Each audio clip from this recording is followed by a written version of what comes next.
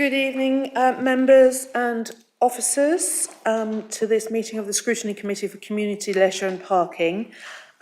You will note that Councillor Lee is absent this evening. Unfortunately, she was unable to make it and has asked me as Vice Chair to step up as Chairman. And I have appointed Councillor Ellis as my Vice Chair for this evening. I hope you will agree with that. Thank you.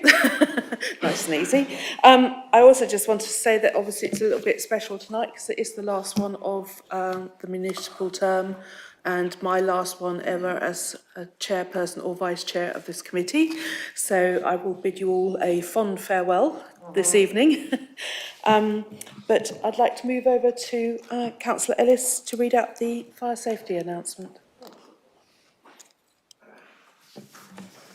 Thank you. The building fire alarm signal is a continuous two-tone alarm.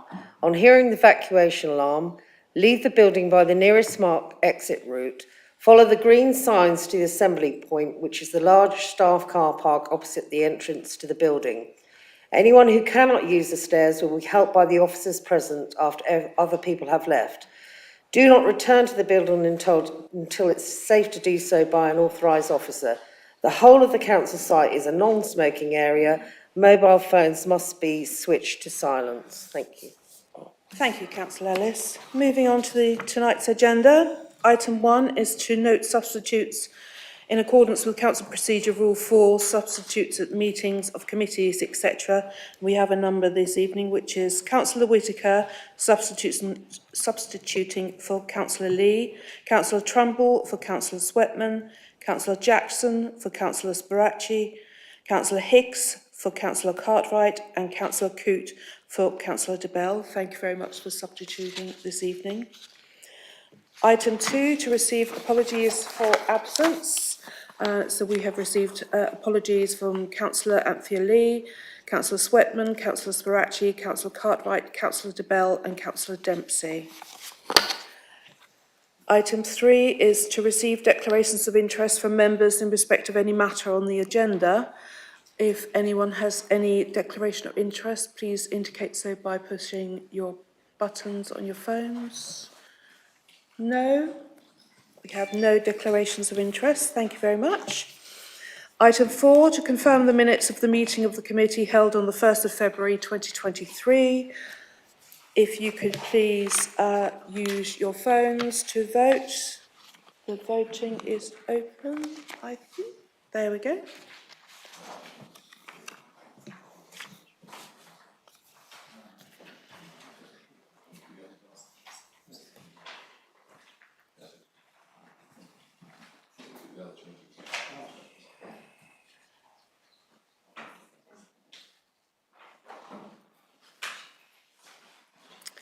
Thank you very much. We have 9 yeses and 4 abstentions. Thank you for that. That's now agreed. Item 5, to consider any items that the chairman agrees to take as urgent business. I have no urgent business. So we therefore move on to the substantive matters of the committee this evening, which is the leisure contract update. And I'd like to turn to Simon Hughes, Director of People and Commercial Services, to introduce that. Simon. Thank you, Chairman. Good evening, members. This paper provides members with an update on the Council's leisure management contract with Places Leisure. And I think it's useful to set the context of this contract as much as happened over the past 3 years, which has had an impact on this year and will have an impact into the next.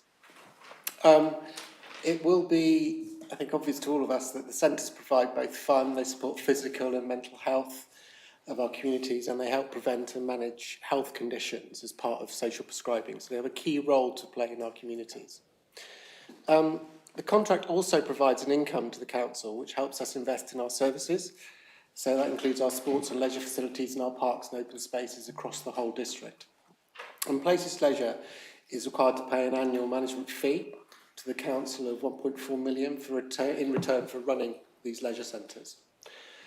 As you'll recall, during the pandemic, the regulations that came under the Coronavirus Act meant that we assumed the operational and financial risk of managing the leisure centres, and then principally this was through financial support and waiving the contractual management fee. And we agreed with Places Leisure at the beginning of the current year that we would plan for an ongoing improvement in performance through giving rise to a yearly surplus of approximately 600,000. So the council is therefore now in receipt of a reduced but guaranteed management fee of 600,000.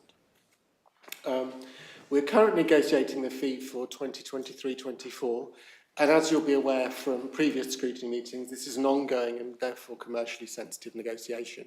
So I won't be providing you with any further details about the nature of that negotiation at this committee in public meeting.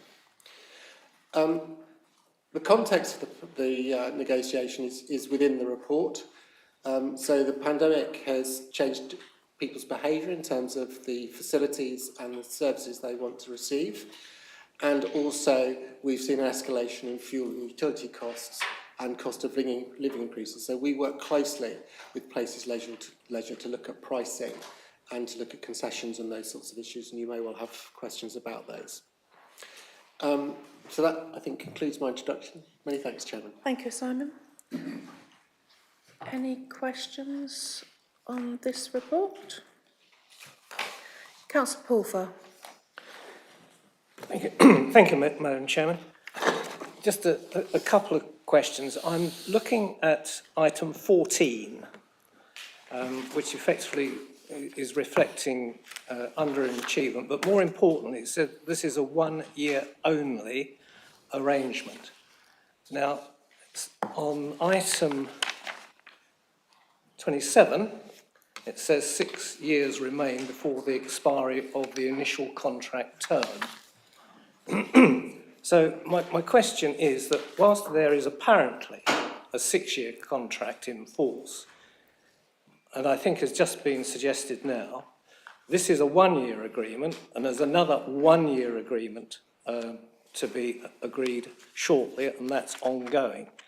And so my concern is that under item 35, it says there's no risk attached to this, whereas I would respectfully suggest that paragraphs 10, 11, 12, 14, 15, 16, 23 and 29 all suggest that there is risk, because it seems to me there is no finite contract for the next 4 years, or certainly 5 years, or 4 years. So effectively, it's variable until such time as another agreement in 5 years' time comes, Chairman. So perhaps a little light on that would be good. Thank you. Thank you, Councillor Pulver. Simon. Thank you. Thank you, Chairman. As I said in my introduction, the reason we're negotiating we're negotiating to get back to our contractual agreement with Places Leisure, so that is the 1.4 million. What is part of the negotiations are if there are any ongoing impacts to do with COVID or inflationary pressures around energy, for example. But our position is clearly stated that we want to get back to that contractual position. As I understand, the Thank you. negotiations are not necessarily in our favour. I think many of you will be familiar with having negotiations. We're clear about our position, but that doesn't mean that the other party doesn't want to negotiate. Thank you, Simon. Councillor Hicks. Thank you, Chair. Of course, the big question there is how, if, when it will recover back to pre-COVID rates. And noting we continue to be 18% under the pre-COVID in terms of the number of visits, and 47% in terms of actual memberships, and whether at least some of that is a permanent change, particularly as I understand in terms of increased competition, and thinking about the mix of that demand. Is it more, as has been said in the report, around the swimming pools than the gym? And be interesting to have some figures on that in terms of where the increases are, whether that's consistent across the free leisure centres. I'd also like to know more, and I've asked this question, so I would hope to get some detailed figures, but around access for specific demographic groups. And I understand you monitor the levels of concessionary access. It would be useful, I think, for the committee to have that information to understand in terms of the sort of differential effects on particular groups of people. And thinking particularly of the end of concessions for some young people with the Compass card in terms of last year, and whether that's had any effect on usage. And it would be useful to actually have the details of what concessions are currently offered, because certainly when I go on the website, it's not clear what is available in terms of for young people or in terms of other specialist groups. Thank you. Thank you, Councillor Hicks. Simon? Thank you. Yes. Thank you, Chairman. I'll pick up just the first questions that you asked about recovery and increased competition, and then I'll pass over to my colleague Rob to talk about the demographic groups and so on. You are right that, as the report shows, that we are looking at a change in terms of the people that are coming to the leisure centres. So you'll also see that we've got an increase above what we were experiencing pre-COVID in swimming pools. It's interesting that is also an area which has the most energy cost associated with it.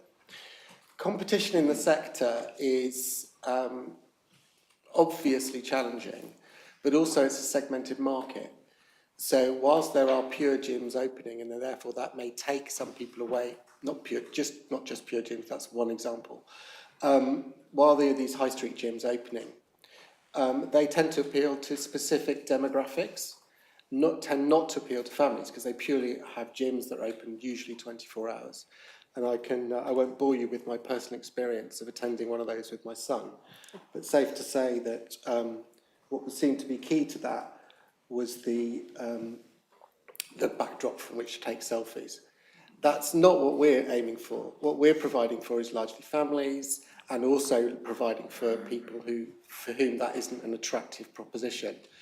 So what we're seeing through COVID, and Places Leisure are the experts in this, they are the specialists in this area, and can look at why people are coming back, what the offer is to the demographics that use our leisure centres, and also who doesn't use them but could be attracted to using them. So they look at marketing. And that's part of the recovery position. So that's why we looked at the £600,000 for this year, to give better data on what's the recovery post-COVID. So I think the other key area for us, and you'll see within the report, so paragraph 17 onwards, is Places Leisure don't just sit there in isolation managing this. They look at how can they and we work together to reduce fixed costs of, for example, energy. So you'll see there the energy savings and decarbonisation, which clearly is good for them and good for us, and that clearly meets our sustainability strategy aspirations. So the key to this is about how you manage that transition in what people's behaviour is, what they want, how you make sure you provide that offer, and how you manage your fixed costs so that it's affordable to people in the market to come, but also meets their changing needs. And that's what Places Leisure are doing, and that's what we're working with them for. And I would hope that the report highlights that. So if I could just pass over to my colleague Rob, perhaps you could talk about the demographics a bit more.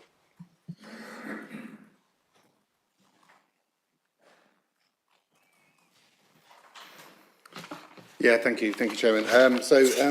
On the demographics, yes, we monitor concessionary use through the contract in the same way as we monitor membership numbers and attendance numbers.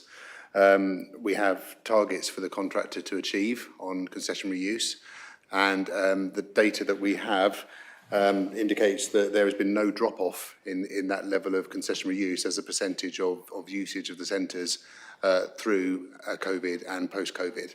So we're still consistently achieving over 40% of our users taking advantage of some form of concessionary rate.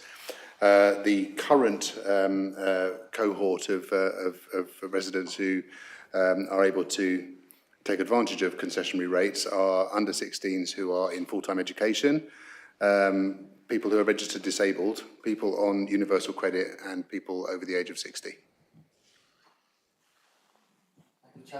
Councillor Hicks, yeah.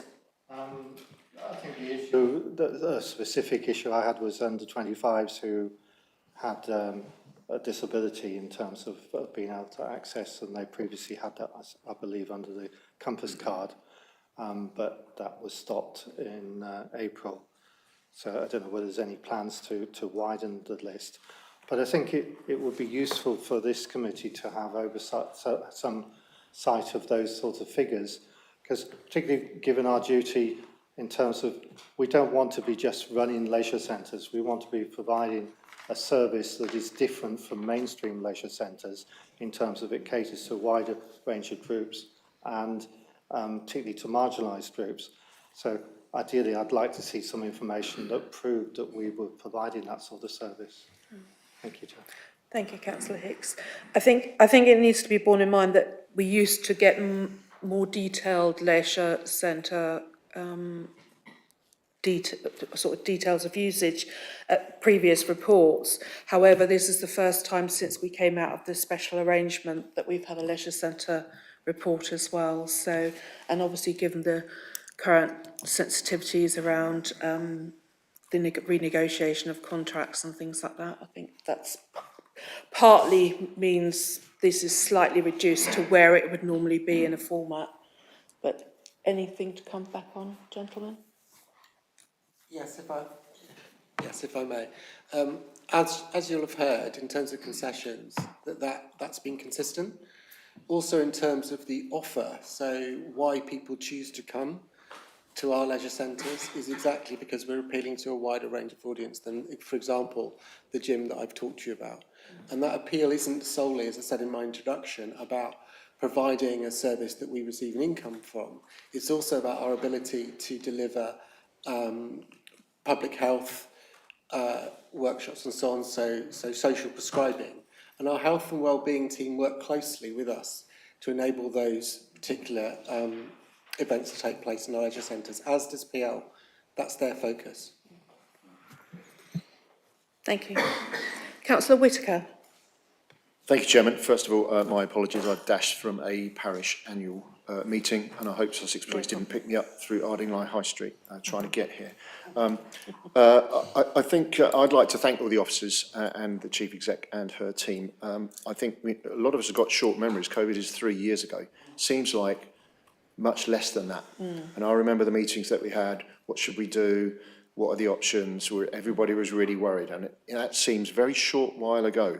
And I think to stick with a provider and to work with them in partnership is a courageous thing to do, and I think it was the right thing to do. At the time, we weren't sure, could have pulled the plug on the contract. You know, recently in our area, Sevenoaks District Council has closed Edenbridge Leisure Centre, which is a neighbouring authority, but lots of people in East Grinstead use Edenbridge Leisure Centre for, for the swimming pool and stuff.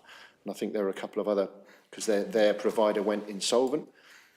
So be careful what you wish for. And I think on the recent visit to the Triangle Leisure Centre, which I don't do very often, but when I was there to view the exhibition for the Centre for Outdoor Sport, that centre never ceases to amaze me at how vibrant and active and inclusive it is. You know, as soon as you get out of the car park, you hear the vibrant music from the dance classes, and that's 50, 60 yards short of the main entrance doors, and the climbing frame going into the entrance, and the whole place was really, really buzzing. I know memberships are building up again. Completely agree with Mr. Hughes. It's all about families, and you go to certainly King's Leisure Centre, but certainly the Triangle. I don't really go to the Dolphin. Can't really comment on that. So I would say, I've got absolute trust in the negotiation of the team to get the right result. So just keep doing what you're doing. Thank you. Thank you, Councillor Whitaker. Councillor Jackson. Thank you, Chairman. It's certainly pleasant to see that the swimming pool numbers are coming up. But swimming is a vital, important activity, both for young people, also to teach people how to swim. It's very, very vital for a district that is close to the sea, and also, of course, older people and people with disabilities, where swimming is very important therapeutically for them. In terms of the fall in membership and gym use, has the sort of district thought about other activities across the leisure centres? I mean, I know we've talked about the triangle with the musical Pilates and the climbing walls and the rest of it, providing additional activity for just gym use to make the shortfall of the numbers. Rob? Thanks, Chairman. Yes, absolutely. So we're constantly working with Places Leisure to look at the current offer to make sure that we're keeping it fresh. To pick up on the point that Simon mentioned earlier around, our unique selling point as a public leisure centre over one of those gyms on the high street is that we have that ability to look more creatively, I guess, at the sorts of things that we offer through our leisure centres. So we're constantly looking at that. And examples of that from the recent past are obviously things like, for example, the climbing wall at the Triangle and so on, where we've invested money on something that is new, that has actually brought in a whole load of new people that wouldn't have otherwise visited the centre. So that's a constant piece of work and something that we'll be looking at over the next 12 months as we develop our forward investment plan. I think the other thing to mention is that the experience of Places Leisure in terms of the impact from the high street gyms is that there is a profound impact when they open, because they're really pushing hard in terms of membership offers and so on. That then lessens over time. We don't ever fully recover, but it does lessen over time, and we get back to I guess we look at sort of 20 to 25% drop off immediately, and then it comes back to more like sort of 10% drop off over time once the novelty of the new gym has fallen away and people actually see what we offer at our leisure centres.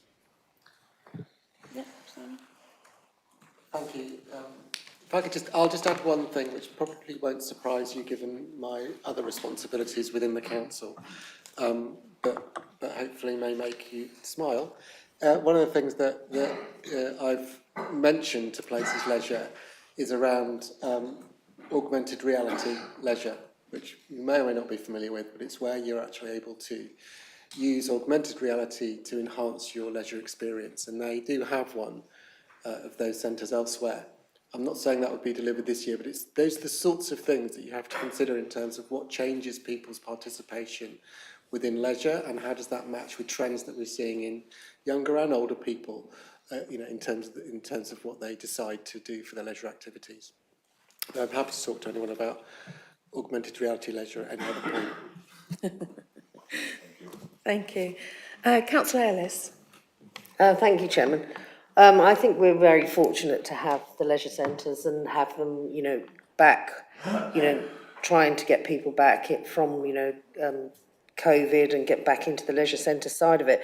But could I just ask if it would be possible if we could do a bit more with the public health and the specialist side of it? Because I didn't realise, for instance, there's a cardiac rehab class.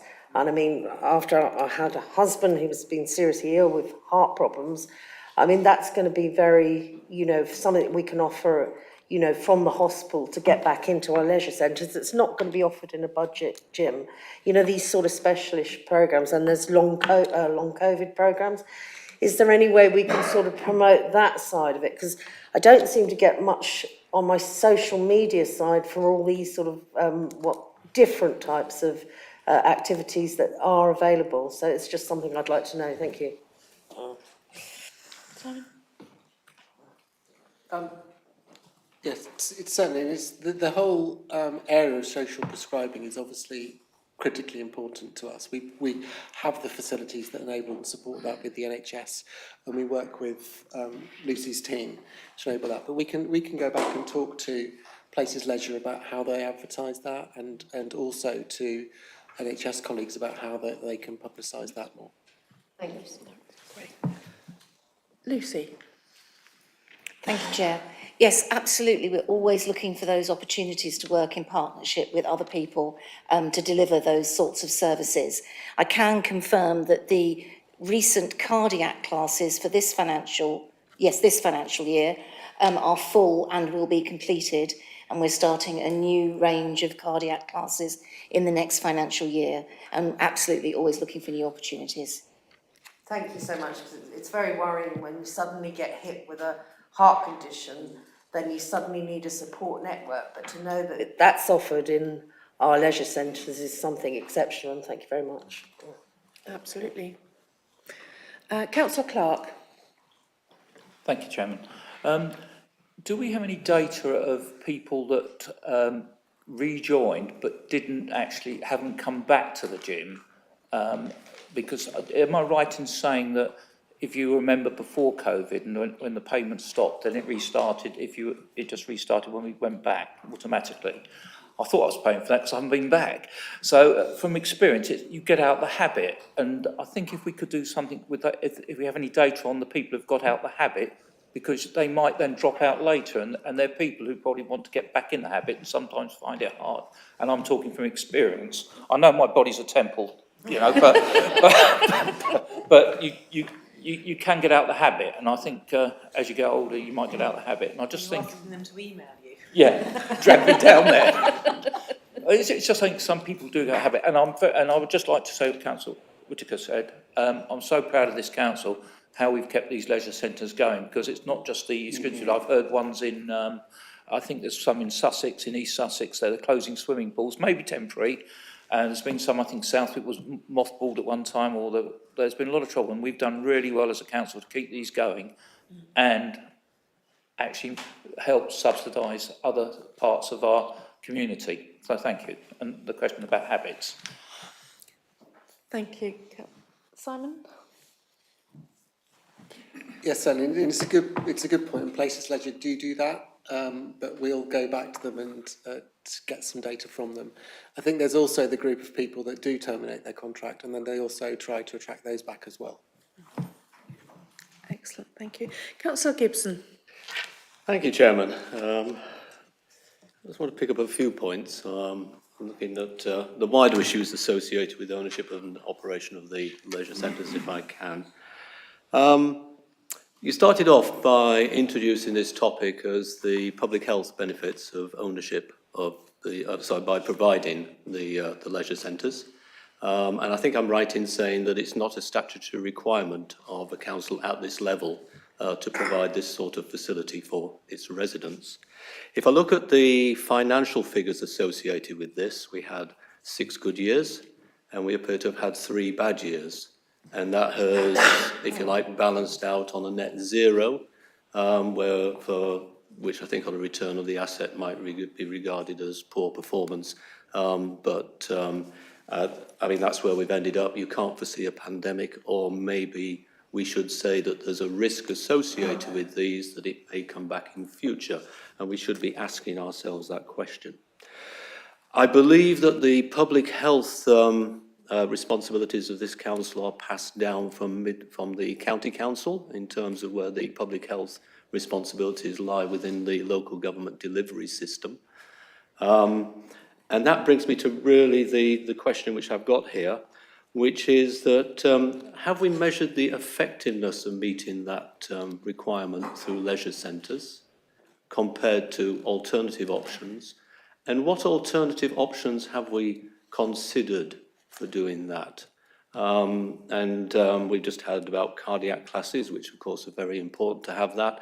And I just wondered, I mean, is it essential to have leisure centres to deliver that? I'm really offering you the opportunity to prove the value of this asset. Thank you. Simon. Thank you. I'm not sure I need to prove the value, to be honest with you. I also mentioned fun. I also mentioned involving and building our communities in that. So whilst I do completely understand what you've focused on, there are much broader benefits across our communities. And critically, they're assets that we do have. So our ability to use them to the benefit of our communities isn't just around public health. It's also around sports, about income, about supporting our sports clubs, for example, that are growing, participation in sports, and also providing us with an income. And as you absolutely said, no one could have predicted the impact of the pandemic. That did have an impact on income, not just of leisure centres, but actually, as I recall, the whole economy. So that, you know, I think to single out leisure centres is an interesting point. However, what it does give us is income. We expect it to give us income over the next 7 years, and we will be looking at our investments, and Places Leisure are investing that. In terms of the outcomes, a lot of what we do, and it doesn't just apply to leisure centres, we're one of many partners having a positive impact on our communities. So in the same way that the health service, that our colleagues in health and wellbeing, we all play a role together in improving the lives of people in our communities. There are other studies that exist, and we can certainly supply them to you. We haven't necessarily conducted them, about the benefits of sports and leisure, not just on physical health, but on mental health, which is why I mentioned it, because that's critical. As people have experienced the pandemic, people are coming back to looking at those things and what makes them be more physically healthy, more mentally healthy, get back into work, get more productive, and also be part of their communities. So I'm more than happy to provide you with some of those studies. Councillor Gibson?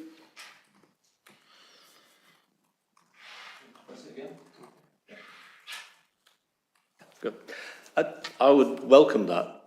I would certainly be interested. At first, I'd heard that the Edenbridge Leisure Centre had closed, and as one of those who argued very strongly for the AstroTurf there, the original AstroTurf, and I think that that's disappointing. But it would be interesting to know exactly what contribution it's made and the wider contribution across, and there might be the opportunity for comparison between the two in terms of the way in which the monies might be used differently. And I just highlight the fact that there is risk in this. I believe that the budget for this year that we've set, the revenue budget, includes a figure which I won't say because it may well vary in the future, but it certainly includes a figure for income from leisure centres, and there should be a risk associated with that, and it should be measured against other things, because what we have to say is that we could have spent the monies that we lost on other things, and we should be prepared to look at the value that we might have got from those other things in the same area. Thank you. Thank you, Councillor Gibson. I have no further questions from members. Councillor Demir, as the Cabinet Member, would you like to add anything? Well, I'd just like to say, do I have to do something? No. Thank you to you all, as this is the last meeting, but to say I was very proud of our council for actually keeping 3 leisure centres open when the visitor numbers began to slide for obvious reasons. I think, although I quite agree with my colleague, I don't know how you value happiness. And that's what so many of our leisure centres are giving. So I see every day, because I use them, I see the benefits it gives to health, well-being, people talking to each other, grumbling about the showers not being warm enough, etc. I'm joking. But mentally and physically, we need them, and because of the shape of our district, I think to keep 3 leisure centres open is fantastic, and I thank them from the bottom of my heart. That's all I wanted to say. Thank you, Councillor Demir. Couldn't agree more. Thank you very much for a varied discussion. I now move you to the, bear with me, the recommendations which are on page 9, which is that we are recommended to note the contents of the report. If you could please indicate on your phones as usual. The voting's open.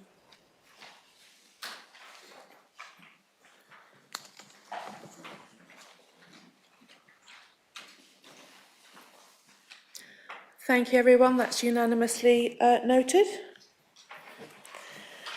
Moving on to item 7, which is the Parking Strategy Annual Review of 22-23. And once again, I turn to Simon for the introduction.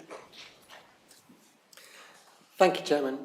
So the purpose of this report is to provide an update on progress towards delivering the 10-year parking strategy and action plan, which commenced in 2020.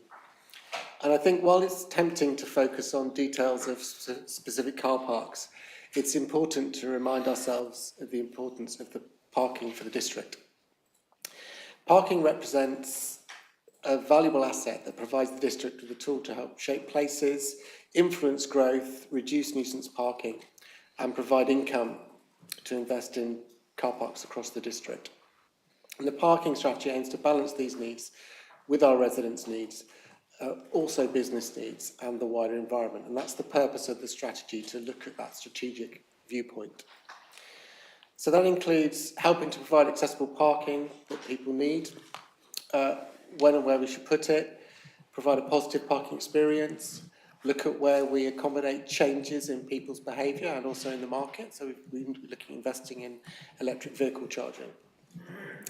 And just as the previous item highlighted, the pandemic has had an impact on the parking service, and the team reviewed the strategy in 2020 and looked at the impact of economic, societal and practical variables on the strategy and the service.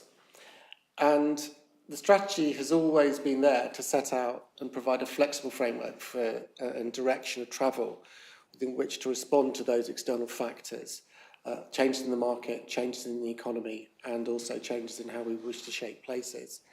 And that is how it supports other council priorities. That review that was done, looking at the impact of the pandemic on the parking strategy, basically found that it was sound, even in the face of those pandemic challenges. And the report sets out the progress to date through that period, and we welcome any questions and insight from members. Thank you, Chairman. Thank you, Simon. Any questions from members? Councillor Trumbull. Thank you, Chairman. Excuse me. Customer experience is one of the cornerstones of the parking strategy, I see.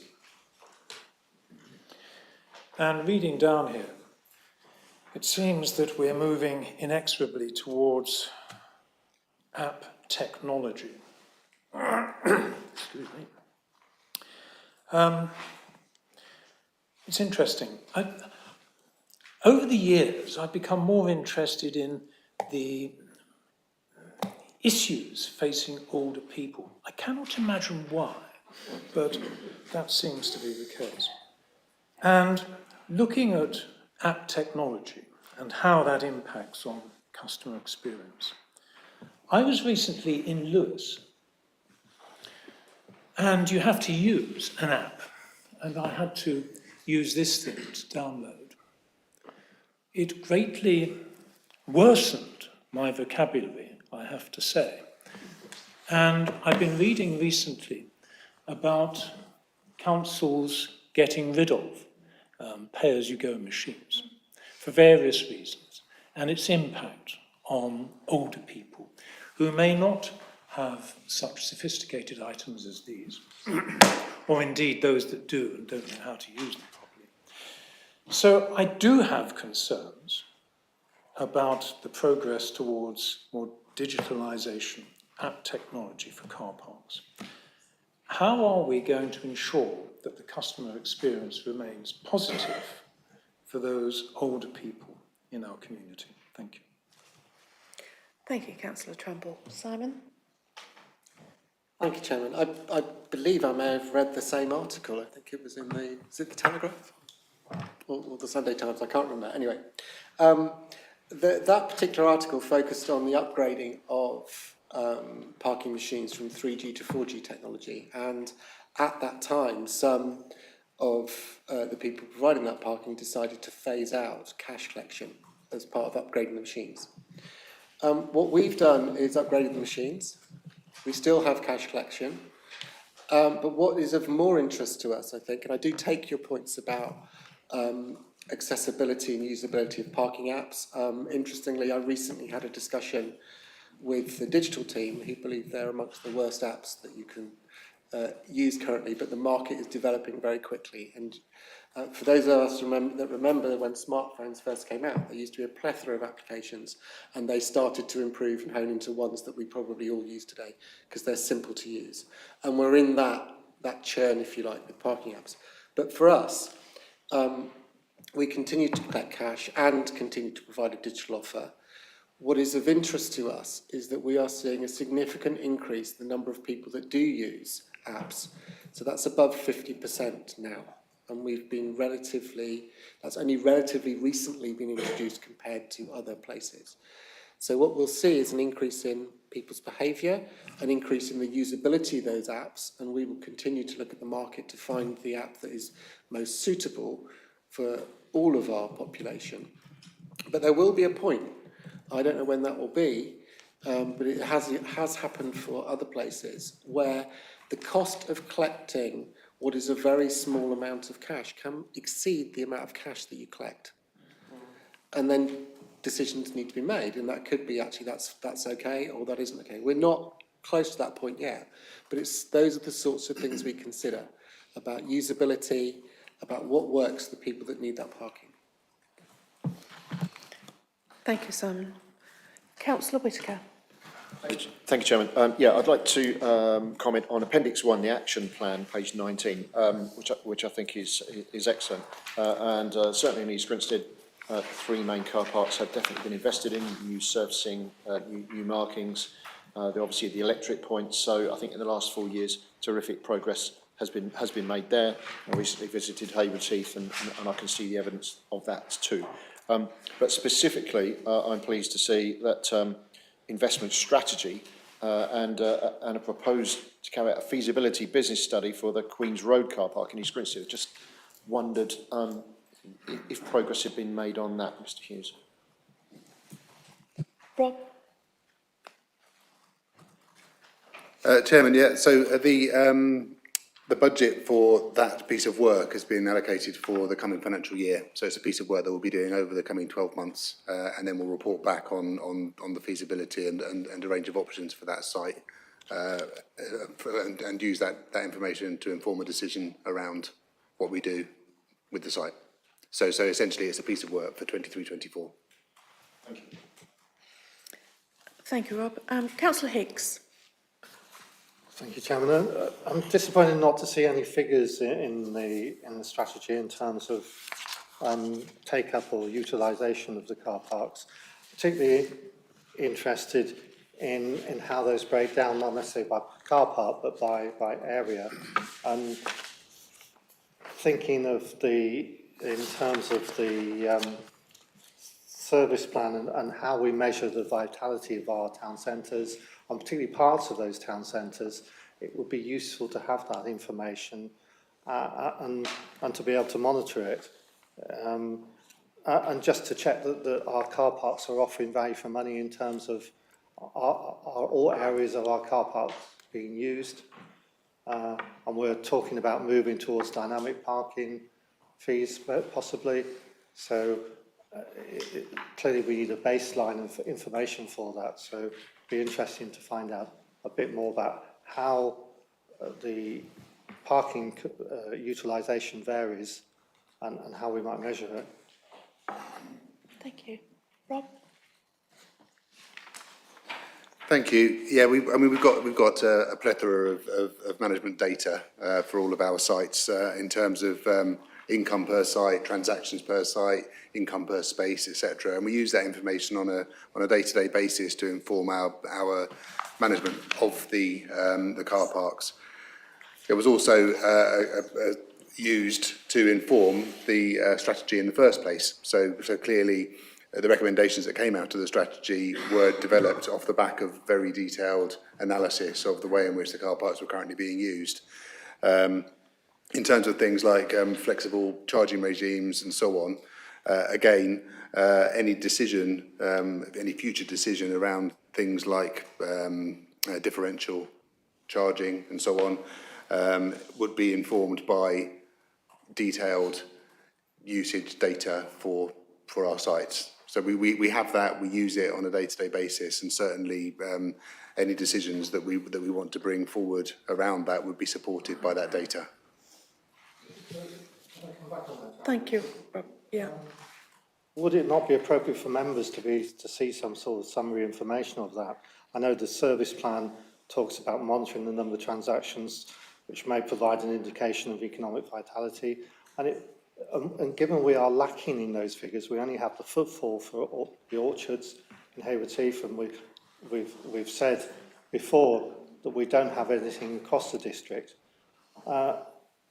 It would be, I would feel it would be useful for us to receive some sort of overview of those sorts of figures. Thank you, Councillor Hicks. Rob, if you take your part. Thank you. Yes, so we did, when we were developing the strategy, as the report says, there was a members' working group that worked alongside an officers' working group and an external consultant to develop the strategy. That strategy was reported regularly into this committee,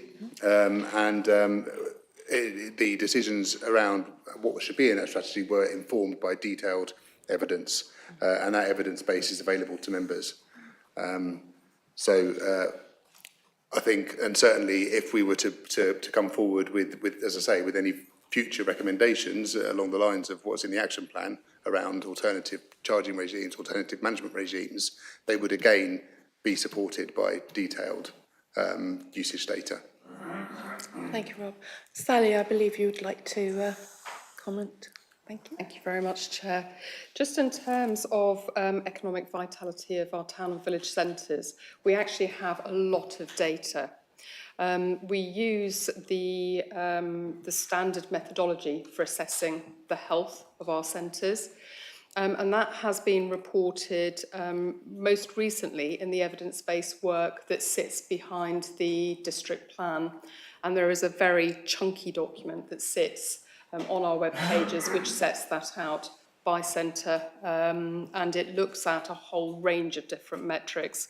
Unfortunately, the usage of town centre car parks is at best a proxy measure, so we do rely on more granular data, which we do collect. Thank you, Sally. Councillor Gibson. Yes, an interesting final point from Mrs Blomfield. The usage in Crawley Down Village Centre would probably be best measured by the number of cars parking on the double yellow lines rather than in the free car parks.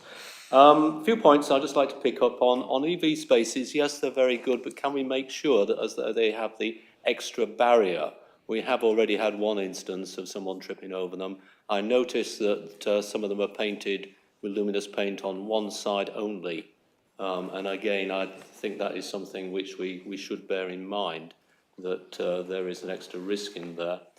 On the where we issue parking penalty notices, I just wonder whether or not we have data on why they're issued. Is it that people don't pay? Is it that they overstay? Why do we cancel the 14%? I think that we regularly cancel about 14%. It seems to be an industry average. I'm not necessarily seeking the information this evening. I'm just suggesting that it could give us some valuable insights into what happens. I had a point that a colleague asked me to raise, which was on, I think, 3G switch off or redistribution of the frequencies. I didn't quite understand the point, but perhaps it will. Does that have any impact on what we're doing? I wouldn't have thought so, but I raised it in passing. And I'd like to echo Councillor Trumbull on the difficulties of using these apps. And the only thing about the MI permit, I did just download it, and it's only 5 megabytes compared to the sort of 50 or 60 of some of the others. Interestingly, I found myself having to park in a privately operated car park, and that's brought me to two thoughts. Firstly, it was completely automatic. It registered my car number plate on the way in, and presumably it was going to send me automatically a penalty notice if I'd failed to manage to master the app during the course of it. The app had an interesting opportunity to extend my parking, and I just wondered whether that is there on the MI permit, because clearly that means that people can manage their shopping and stay longer. I just also wonder, I mean, in terms of the investment in cameras and the rest of it, which must have gone on to make this car park, do we consider whether or not we should be, if you like, letting someone else run our car parks and taking a fixed fee off them for every year, rather than operating them ourselves? And before I finish, I would just like to say what I should have said at the start, Madam Chairman. I've thoroughly enjoyed your chairmanship over the 4 years that since you have sat in that chair, both as chairman and as vice chairman. And thank you. Thank you very much, Councillor Gibson. Ditto. Simon. Thank you, Chairman. If I I'll pick up the 3G. So yes, that actually, I will limit my nerdiness, but that is actually about the rollout of 5G and the changes in terms of how particular bandwidths and wavelengths are used.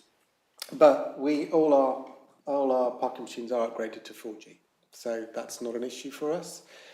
Interestingly, that should enable more effective apps because they'll be slightly faster and more reliable. And as you'll appreciate, I'm sure, that as we move from 3G to 4G and so on, and to 5G, the point of moving to those new technologies is that they're generally better in terms of managing speed, but also more reliable in different areas. So in theory, they should allow better connectivity. My permit does allow you to extend, so that is something that is provided. In terms of technology, one of the things that we'll be looking at in those feasibility studies is about the use of technology and would that improve the management of those car parks.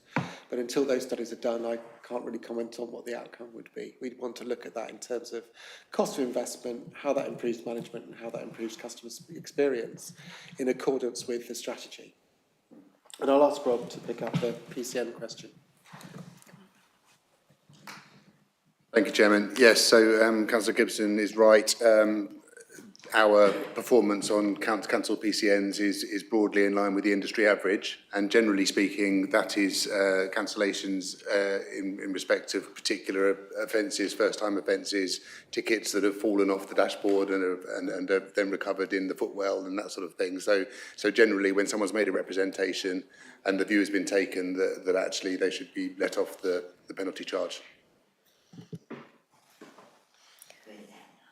Thank you, Rob. Councillor Coote. Chairman, it's just for consideration. I had an occasion to visit East Surrey Hospital last week and I was there for 55 minutes. When you go out, you put your card into the machine or you put cash in, it's quite simple. And if you don't put it in, the barrier doesn't go up. But for 55 minutes, it cost me £4.50. So I thought our parking is very cheap. Thank you, Councillor Coote. Councillor Demir, I don't appear to have any other questions. Would you like to add anything? Just to say, as this report says, it is a report to bring people up to date on where we've got with our strategy, which was a 10-year strategy and action plan. And I think that's the important thing, the action plan is there. It's had a bit of a blip over the last 2 years, but I think we can be assured that not only did we have a strategy, we had an action plan and it's going ahead. So I thank the team very much indeed. And I do hope we don't go cashless because I'm useless at those apps. Thank you, Madam Chairman. Thank you, Councillor Demir. As I don't have any further questions from the floor, I'd like to move you to the recommendations on page 15. The committee are recommended to note the contents of the report. If you could use your phones as usual, please.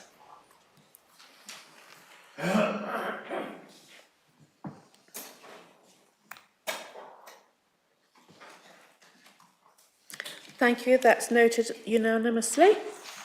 Moving on to item 8, which is questions pursuant to Council Procedure Rule 10.2, due notice of which has been given. I have none. Before I conclude the meeting, I just want to say that I've been on this committee in all of my 8 years as councillor. I've thoroughly enjoyed it. I find it extremely interesting. I thank all the members here today and previous members of the committee for their interesting and varied debates we've had over the years. Thank you to the Cabinet members for their insights and their hard work, and especially so many thanks to the officer team who continue to amaze me all the time with their in-depth knowledge of their subjects and their incredible support and understanding for us mere members who perhaps don't really know much about the subjects when we start out. So thank you so much. Please stay on the live stream until we've advised that it's finished. Thank you very much. Thank you.